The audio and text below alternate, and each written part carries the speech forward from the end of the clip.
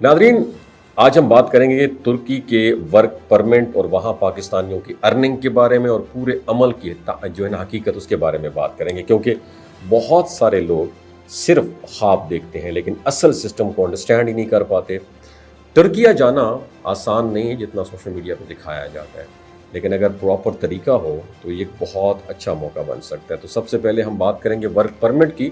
तो तुर्की में इसकी कोई फ़िक्स मार्केट प्राइस नहीं होती, क्योंकि ये कोई सेल एंड परचेज तो है नहीं, बल्कि एक लीगल परमिशन है जो हुकूमत और कंपनी के दरमियान में होती है।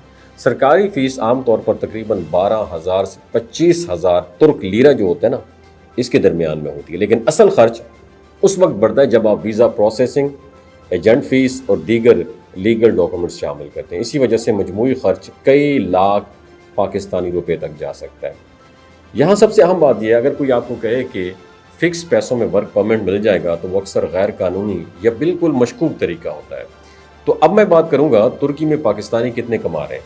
आम लेबर या फैक्ट्री वर्कर्स की जो पे होती है वो तकरीबन 17,000 से 25,000 तुर्क लीरा ये माहाना होती है। अगर कोई स्किल्ड है, हुनरमंद आदमी है, जैसे इलेक्ट्रीशियन, वेल्डर या सेल्स में है, तो वो 25,000 से 40,000 लीरा तक भी अर्न कर सकता है। प्रोफेशनल जॉब्स जैसे इंजीनियरिंग, टीचिंग या आईटी में कमाई इससे भी ज़्यादा हो सकती है। लेकिन एक बात जहन में आपने रखनी है कि तुर्की में महंगाई काफ़ी ज़्यादा है, इसलिए तनख्वाह का बड़ा हिस्सा रिहाइश, खाने और आपकी डेली रूटीन के एक्सपेंसेस जो होते हैं उनमें खर्च हो जाता है। याद रखिए, अगर हम अप्लाई करने की बात करें तो तुर्की का वर्क परमिट ज़्यादातर कंपनी बेस्ड होता है, यानी आप खुद से जाकर सीधा वर्क परमिट तो ले ही नहीं सकते ना।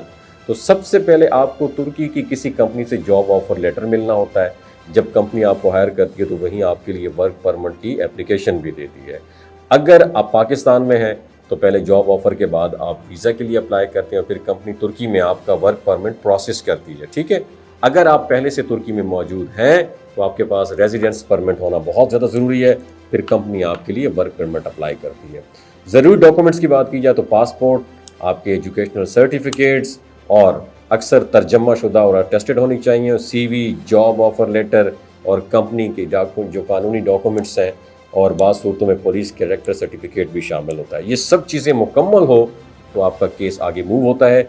जहाँ तक जॉब अपॉर्चुनिटीज़ की बात करें तो तुर्की में ज़्यादातर पाकिस्तानी जो हैं ये construction field, factory worker, hotel industry, sales और दीगर स्किल्ड शोबों में जो है ना ये काम कर रहे हैं। लेकिन जहाँ एक हकीकत जो है ये याद रखनी ज़रूरी है कि बग़ैर वर्क परमिट कर जो है ना काम करना ये इलीगल है और इससे डिपोटेशन का ख़तरा भी बढ़ सकता है। और आखिर में सादा सी बात ये, तुर्की जाना कोई शॉर्टकट नहीं है। अगर आपके पास हुनर है, सही कंपनी है और आप कानूनी तरीका अख्तियार करते हैं तो वहाँ मौका मौजूद है, लेकिन बग़ैर तैयारी और गलत एजेंट के जाना नुकसानदेह भी हो सकता है। अपना बहुत ख्याल रखिएगा। मेरे पास सिर्फ इन्फॉर्मेशन थी, सोचा आपके साथ इन्फॉर्मेशन शेयर कर दूँ। बाकी आप ख़ुद माशाअल्लाह पढ़े लिखे हैं और अच्छा और लीगल तरीका ज़रूर इख्तियार कीजिएगा। अल्लाह हाफ़िज़।